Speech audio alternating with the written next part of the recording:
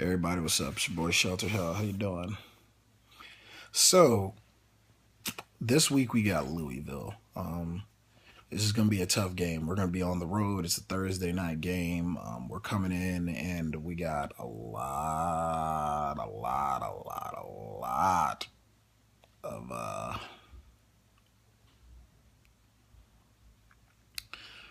we got a lot of we got a lot of haters on Facebook, Twitter. Everybody's wanting us to lose this game.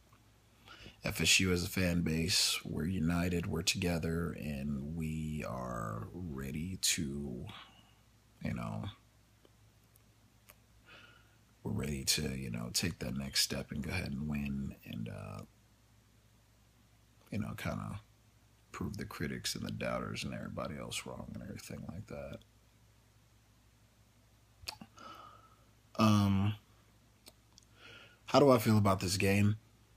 FSU, like we've had some serious problems this year. Now I'm so proud of my team that we've managed to go 7-0, but obviously this shit has to end. Like we really need to get our shit straight. Our offensive line has been ass this year. Like, and I don't know why because we have four returning starters. Four, freaking Josue Matias Senior, Trey Jackson Senior, two best guards in the country. Left tackle, Cam Irving. Fucking Jacob Block Courage trophy last year. Man, was a finalist for the Outland and everything like that.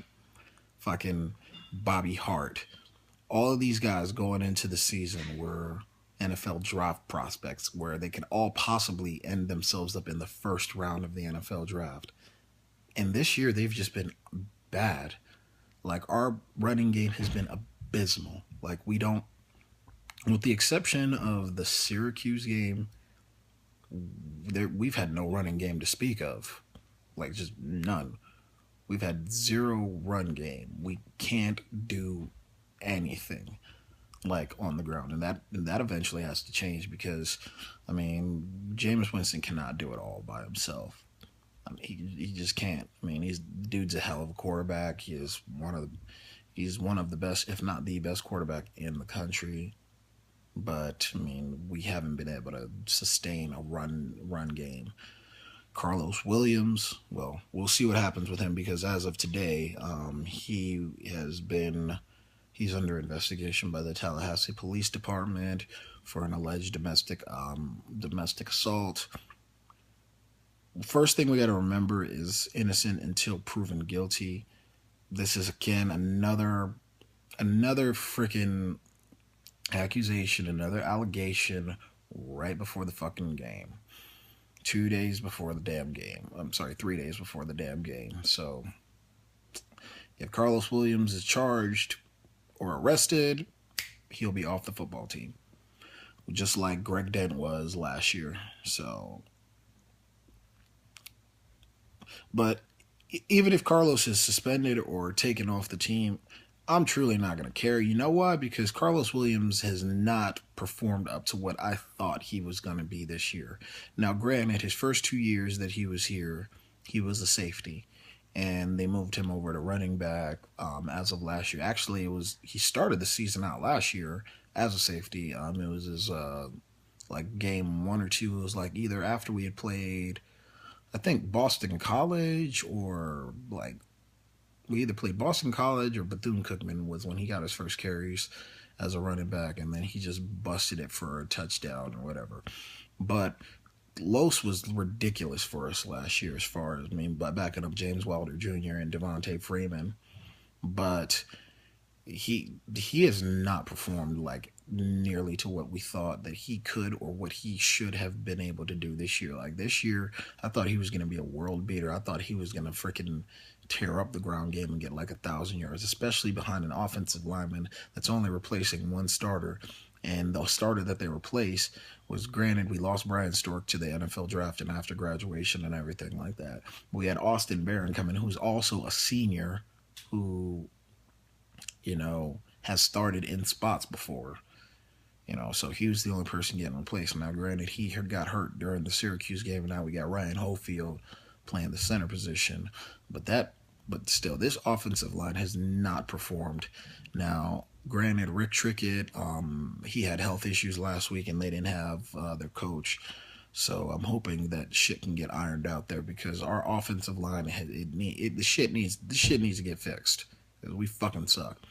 Our defense, Charles Kelly, I'm not quite ready to say that we need to get rid of this motherfucker, but God, man, I am sick and tired of seeing our DBs and linebackers filling the wrong gaps and being out of position. Like, this shit is ridiculous. Like, our defense, it seems like anybody that wants to can run the ball right up the fucking middle of our defense. Now, granted, I know that with our line, it kind of sucked because we lost Timmy Jernigan, which we knew we were going to lose Timmy Jernigan. The dude was a friggin' beast. I mean, we knew he was going to go to the NFL, do what he had to do and everything like that. I would have too if I was Timmy Jernigan because he was a potential first-round pick. I mean, he slipped to the second round, but he nevertheless was a hell of a player. So our defensive line, man, I don't know, man. Like, Eddie Goldman's starting to kind of come around, but we have no fucking pass rush. Like, we cannot get to the quarterback at all unless we blitz. And then when we blitz, then we freaking go man to man, and then for some reason our fucking DBs and corners, just don't stay disciplined. They keep trying to make the big play, and then they get gashed for big plays over the top. And it's frustrating because this defense, we have the talent. We have the athletes. They're all there. I mean, Lorenzo Featherstone and Jacob Pugh, I know those guys are young. They show promise, and they look like they're eventually going to get, better. But we'll see what happens later on. But as of right now, they're not really good. They're just really not that good. As far as Mario Edwards, brother, you need to step your shit up, man. We really need you. And in fact, I don't know why Charles Kelly hasn't done this because he's such a big body guy. I don't know why we have not moved him to the interior. Let him and not Niall Lawrence, because he got hurt. Him and Eddie Goldman, why don't we just put those two in the middle? And then freaking have Jacob Pugh and freaking Lorenzo Featherstone on the outside. So that way we actually might be able to stop getting freaking Eddie Goldman teamed up the middle. And then our edge rushers can actually get to the fucking quarterback.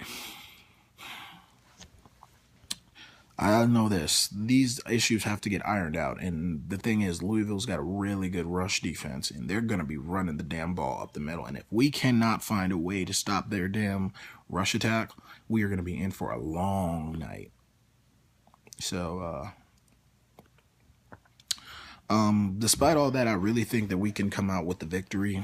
Our receivers, Travis Rudolph, he is starting to show that he is going to be a fucking stud. Ermon Lane, it's taking him a little while, but I think he'll get into the mix. Rashad Green, there's nothing has to be said about that guy. That guy is fucking amazing. He'll probably be, because of his size, he probably won't be a first-round NFL pick, but I'm going to tell you right now, that dude is first-round pick worthy. He's definitely worth it. I mean, he's every day just does his business, goes to work, does, puts in time, doesn't say much, and just, goes out and just fucking performs and beasts and everything like that.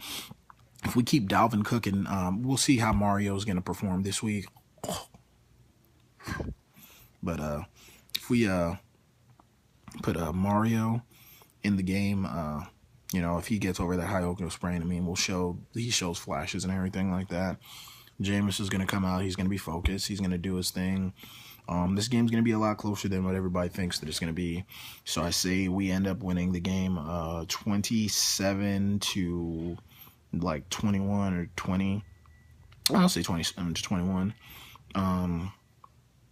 Barely covering that point spread. It's going to be a very close game. Hope we come out with the victory. We just gotta keep fighting, gotta keep grinding, gotta keep doing what we gotta do. Yeah, if we do that, we should come out with the victory. So go Noles. Let's get and beat Louisville, and be talking to you guys here soon.